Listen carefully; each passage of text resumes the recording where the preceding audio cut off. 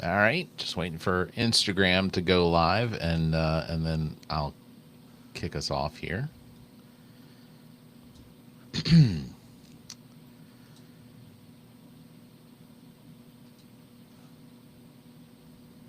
All right. Welcome, everyone, to the All About Nothing podcast, kind of daily show. It is Monday, May 18th, 2026. I am Barrett Gruber, host of the All About Nothing podcast. You can follow me across all social media at Barrett Gruber. We're going to kick off the week the only way we know how, with just enough information to sound like we know what it is we're talking about. Got a big show lined up for tonight. We're pulling back the curtain on a double feature drop across the big media network that you need to add to your feeds immediately. We're also tracking a completely bizarre medical claim from the executive branch regarding a literal resurrection elixir, which sounds like the opening scene to a low-budget zombie movie. And, of course, we'll wrap things up with our usual quick hits, including local power companies trying to seize every single dime out of our pockets just in time for South Carolina's summer heat. But our main story tonight is a deep dive into the absolute peak of American legal comedy and corporate level gymnastics. Today the news broke that a massive settlement had been reached in the $10 billion lawsuit. Now, the headline by itself sounds standard, but when you look at who sued whom and who signed the check, it turns into a masterclass in political theater.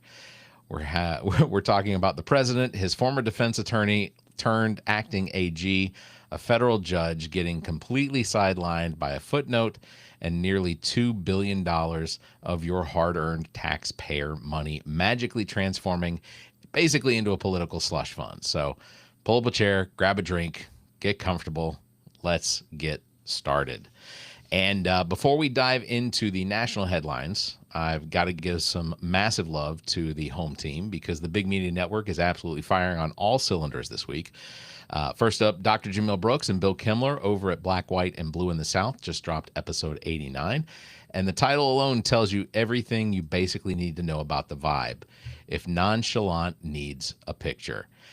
If you are not locked into what Jamil and Bill are doing on a regular basis, you are actively missing out on one of the most rare, most unfiltered, and honestly the most entertaining political breakdowns in the entire region. And I have to say internationally too, because they seem to be very hyped up over their international draw. On this latest episode, they sit down for an incredible conversation with Zion Khalifa, who is running for the U.S. Congressional District, South Carolina's 2nd District. Yes, he is going directly after the seat currently held by Joe Uli Wilson. It's an essential listen for anyone trying to understand the actual temperature for local politics. But my absolute favorite part of the episode, they spent time breaking down this magnificently painful, secondhand, embarrassing romp moment where Lieutenant Governor Pamela Evette got publicly grilled by State Representative Justin Bamberg. He asked her a pretty baseline high school civics question: how many members are actually in the South Carolina House of Representatives? And podcast listener, she completely blanked. Total dial tone. Absolute crickets. She had no clue whatsoever. Now, look, I'm the first to admit that math can be hard. But Pamela, you literally work there. Your office is in the same building. That is the equivalent of a commercial airline pilot pulling up to the gate, looking out the window, and asking the co-pilot, hey, by the way, how many wings are on this thing? So go subscribe to Black, White, and Blue in the South on Apple, Spotify, or YouTube to hear them completely roast that situation. It was fantastic. Tied directly to what Jamil and Bill were talking about in this episode, they dove heavily into the reality of what's happening with the Supreme Court gutting the Voting Rights Act and the absolute mess surrounding redistricting and gerrymandering in this country. Between the constant redrawing of district lines behind closed doors, the legal battles over who gets represented where, and the open threats that we are hearing daily from legislative Republicans and the administration regarding voting access, the ground beneath our feet is constantly shifting. And because of that, you cannot afford to assume your voter status is safe. They are purging rolls, they are changing polling places, and they're moving boundaries while we are all sleeping. So I need everyone to listen and do something incredibly important right now. Do not wait until the week of the election to find out if you've slipped into a different district or dropped from the rolls entirely. Seriously, pause the audio, open a new tab, and go to theallaboutnothing.com/voter. We have set up a dead simple, incredibly fast form. It's right there on the webpage. It takes less than 2 minutes to check your voter registration, confirm your current district, ensure your voice actually counts. Again, that's theallaboutnothing.com/voter. Go do it right now. Protect your vote, because honestly, nobody else is going to do it for you. And honestly, while you're clicking around the network site, bigmediallc.com, you can also head over to the All About Nothing podcast, because my latest episode just hit the feed. It is a two-part, or it's part 2 of my exclusive interview with Idaho U.S. Senate candidate Denny LeVay, titled Revolutionizing Rural Healthcare and Federal Policy. The Idaho primary is literally tomorrow. Of course, if you're listening to this on Tuesday, which a lot of you will be, May 19th, the primary in Idaho is today. So the timing of this drop could not be more critical. In part 1 of our conversation, we got deep into Denny's incredible blue-collar background, his journey overcoming immense personal trauma, and the fascinating time spent in a monastic living. But in part 2, we dive straight into the weeds of the federal policy and his absolute crusade against our broken, bloated healthcare system. We talk about the radical transparency needed to stop vertical supply chain price gouging by corporate insurance monopolies, and how to actually fix rural healthcare so it serves real, everyday people instead of just padding corporate overhead and executive bonuses. I thought that it was a pretty powerful, straightforward conversation with a guy who's genuinely trying to turn Washington upside down.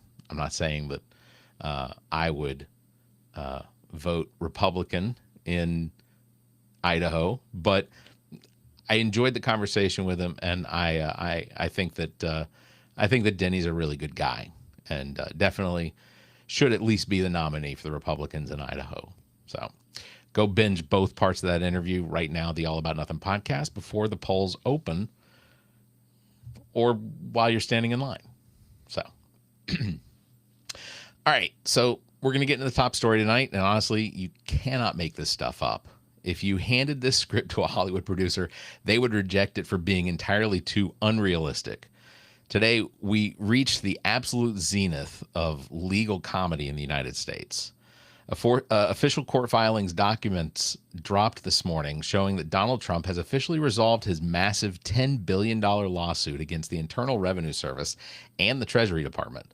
For a little bit of context, Trump filed this lawsuit back in January in his personal capacity, demanding a casual $10 billion in damages because a rogue federal contractor leaked his tax returns to the media a few years ago. And to give you even more context, it basically showed that there were years that he didn't pay any taxes, or that he paid a bare minimum of taxes, like $700 something. And the tradition of the office of the president is that presidents always disclose what their taxes are. It's always been the case. Every president except for Trump has always disclosed their taxes. Not saying that it's right for this particular situation where someone went out of their way to go ahead and leak his tax information. But let's be honest, he should have just done it. He said he was going to, and then he didn't. It's almost like everything else.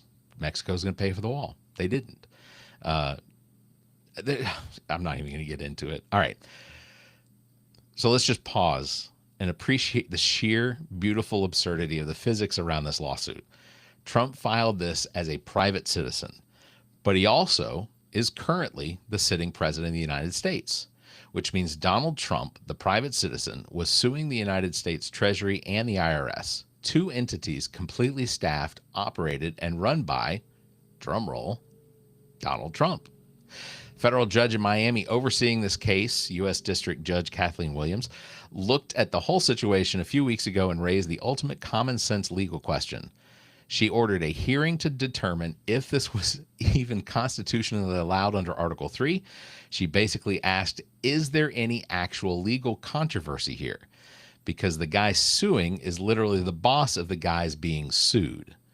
She pointed out that Donald Trump was legally standing in front of a mirror, pointing a finger at his own reflection, arguing with himself, and demanding $10 billion from his own wallet. She even quoted Trump's own public comments back to him, noting that he openly bragged about how he was essentially negotiating with himself. And if that doesn't sound like fucking dementia, I don't know what doesn't. Or what does. See? Dementia, maybe.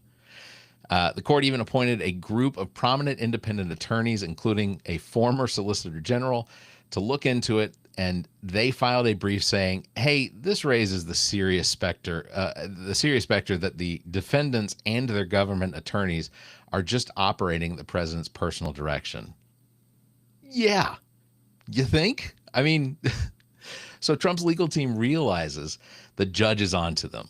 They see the writing on the wall. They know Judge Williams might just throw the case out completely, and you can't play a game of chess against yourself and claim a tournament prize. So what do? Well, today they filed a motion to dismiss the case. But they didn't just walk away empty-handed. Oh, no.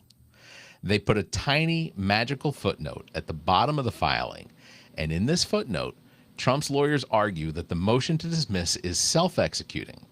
They literally wrote that no judicial analysis is appropriate. They basically looked at the federal judge and said, thank you for your time, Your Honor, but we negotiated with ourselves in the hallway. We are completely happy with the terms that we gave ourselves, so we're going to go ahead and close the file. Please don't look at any paperwork. And what exactly did they negotiate in the hallway? Well, Trump agreed to drop his personal lawsuit, and in exchange, the Department of Justice announced a formal creation of a brand new taxpayer-funded entity called, and get ready for this, the President Donald J. Trump Truth and Justice Commission. And inside this commission, they have established a compensation pool called the Anti-Weaponization Fund. And how much taxpayer money did they inject into this fund? It is exactly $1,776,000,000. $1.776 billion. Because nothing says unbiased fiscal responsibility quite like a highly specific historical number used to brand a federal slush fund. You almost have to admire the marketing department of the DOJ for this one. So according to the reports, this fund will be used to pay out massive cash settlements to protect allies, lieutenants, and hangers-on of Trump who claim that they're wrongful targeted and suffered from lawfare under the previous administration. And guess who is explicitly eligible to apply for a chunk of this $1.7 billion? The individuals charged in the January 6th Capitol riot. In exchange for this massive pool of cash being set up, Trump also agreed to drop two other civil damage claims worth about $230 million, his own total there, related to the older investigations into his first term. Now, Trump himself technically isn't allowed to he isn't allowed to get a direct check from the specific fund, but the terms explicitly states that the entities and businesses associated with him are allowed to claim. And it gets better. Reports show Trump is also demanding the IRS issue a public apology to him and completely waive any ongoing audits of his personal taxes, his family, and his businesses, which is incredibly convenient. Considering investigation reports include he could owe upwards of $100 million in back taxes on a single property in Chicago if the IRS actually finished auditing his bills. It is a masterclass in efficiency. It's like suing your landlord, getting elected to the HOA board, firing the landlord, voting to pay your friends out of the neighborhood pool fund, and passing a rule that says nobody's allowed to check your property for code violations ever again. But wait, we haven't even gotten to the best part of the comedy routine. Who is the guy at the Department of Justice who signed off on this brilliant $1.776 billion settlement? Who is the acting attorney general running the show? That would be Todd Blanche. And for some of you, if that name rings a bell, It's because Todd Blanche became the almost attorney general running the nation's top law enforcement agency. He had another job. He was Donald Trump's personal defense attorney. He was the guy sitting next to Trump in a New York courtroom defending him against criminal charges. He got rewarded with a top-tier gig at the DOJ, and now he's overseeing the defense of the government. So let's map out this legal closed-loop system. Donald Trump sues the government.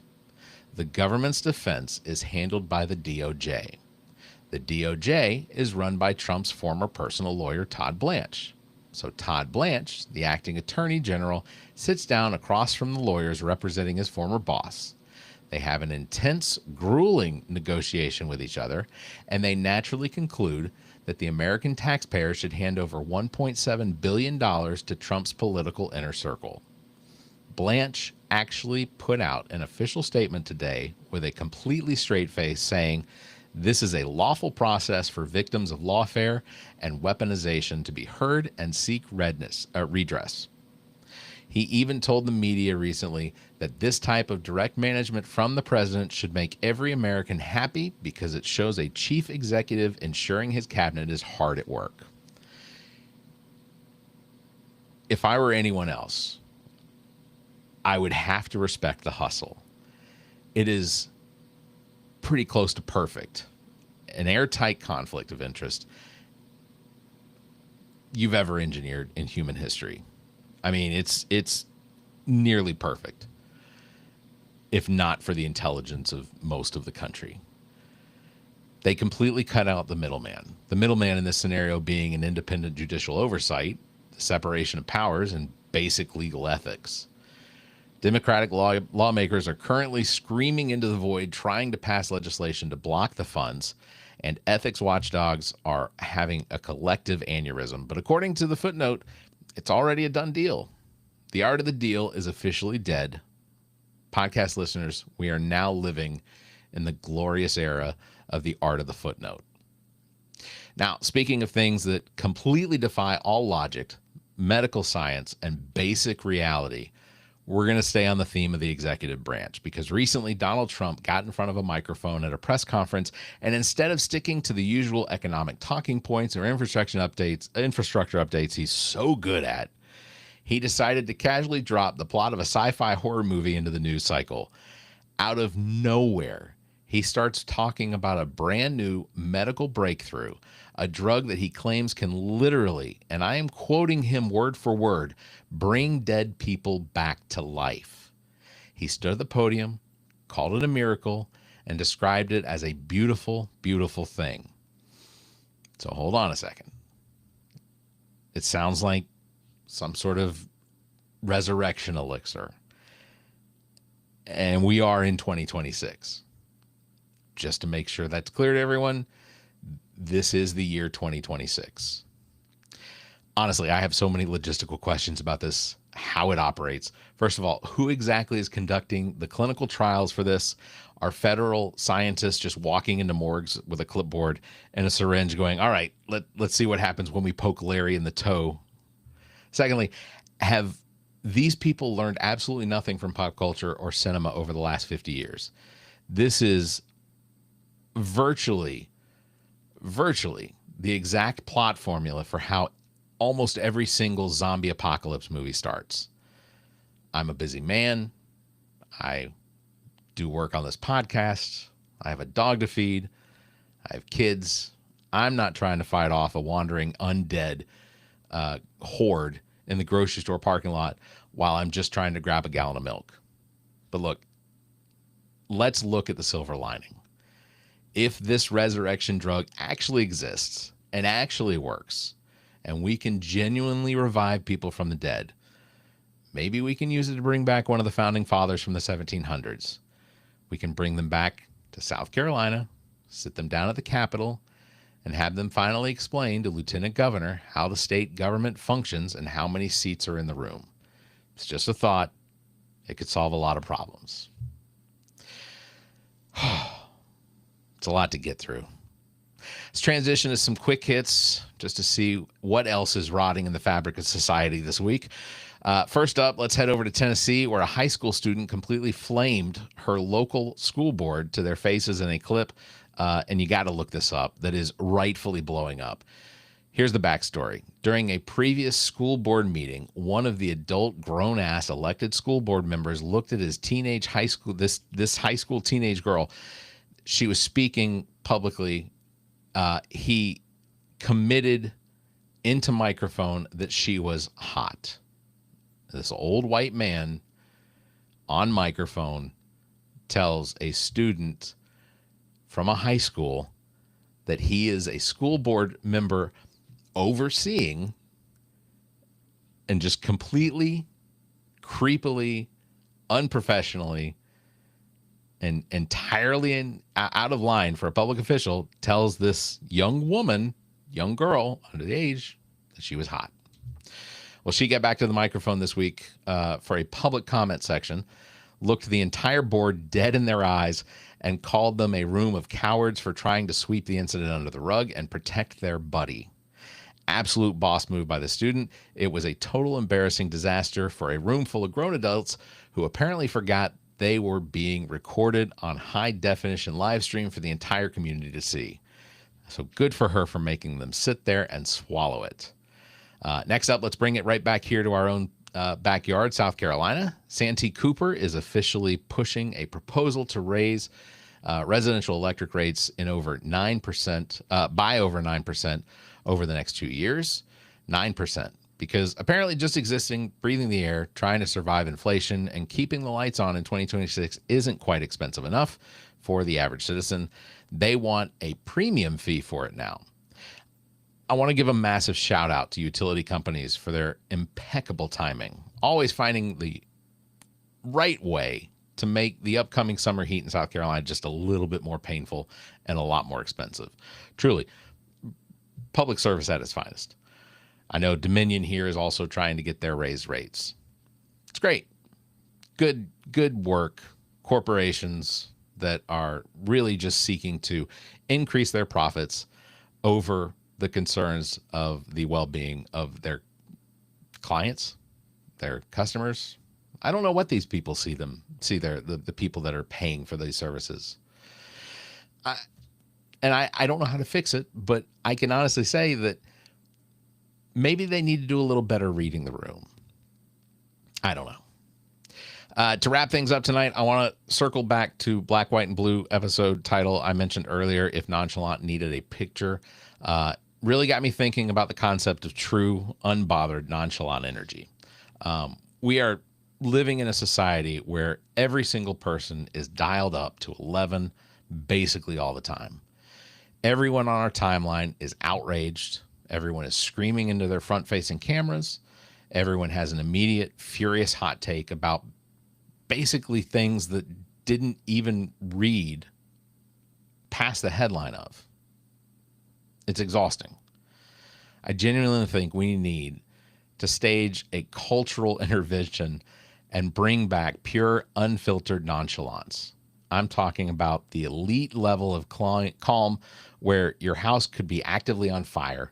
The fire trucks are pulling up to the driveway, and you're just standing there on the sidewalk in your black Crocs, completely unbothered, looking at your neighbor going, well, it's a good thing I've already brought the grill outside.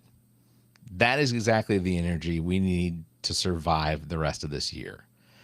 The next time life hands you a 9% utility rate hike, a primary election, we're going to need to survive. Look at the multi-billion-dollar federal self-settlement or a presidential press conference about zombies. Just take deep breaths, channel your inner nonchalance, realize the circus is going to keep going anyway, and just keep it moving. And on that note, it's going to wrap up tonight's edition of the Kinda Daily Show. If you dig the show and you want to keep the train rolling, do me a massive favor, hit the subscribe button right now. Leave a quick 5-star review on whatever platform you're listening on, and share the episode with someone who in your life who maybe needs a laugh to get through the week. Make sure you head over to the allaboutnothing.com/voter to get your registration squared away. Go show some major love to Dr. Jameel Brooks and Bill Kimmler over at Black, White, and Blue in the South, and check out part 2 of my interview with Denny LeVay over on the All About Nothing podcast tonight before the primaries tomorrow. Again, big thanks for everybody watching. Thank you very much for listening. Don't forget, you can follow Bill. You can follow me. You can follow myself at Barrett Gruber across all social media. Again, thanks for liking and hitting that bell. Please give us a 5-star review. Leave a comment. And until next time, you all stay safe, be kind, and keep your hands to yourself.